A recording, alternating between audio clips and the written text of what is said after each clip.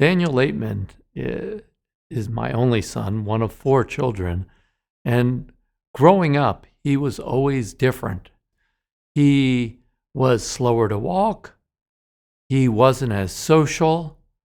And he really had trouble initially making a lot of friends. And he was really poor with making eye contact with people and developing his social skills. So we had him evaluated by the psychologist, and he started to see a psychologist in therapy, and they talked to him.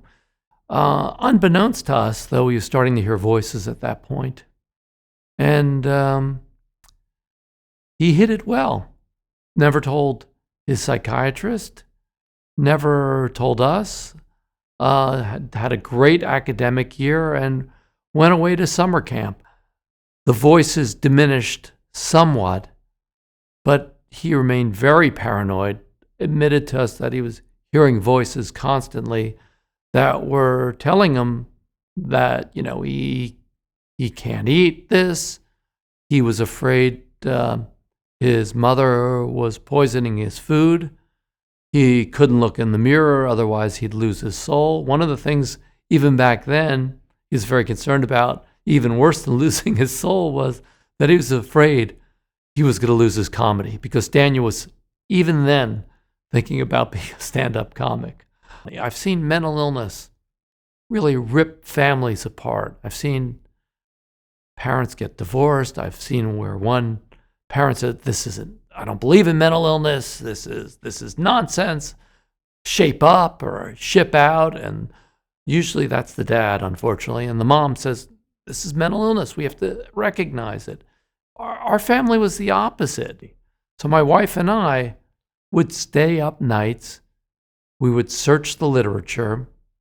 We were blessed by being introduced to a clinical psychologist that really inspired us. Someone, I tell people, don't ever, ever give up hope, and be willing to accept help, and know that it's going to be a lot of work.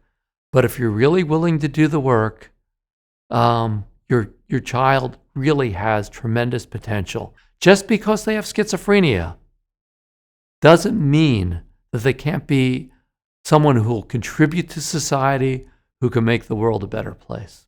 Daniel has now graduated from SUNY Purchase on the dean's list, I believe the last year entirely, and with honors, and now is living independently in New York City and performing on a regular basis at a variety of comedy clubs.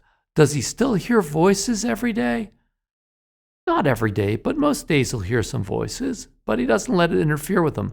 When he's on the stage, when he's performing, everything is just him and the crowd, and everything is quiet, and he's in his element. Daniel is learning to be an independent person, learning to become someone that other people can look up to.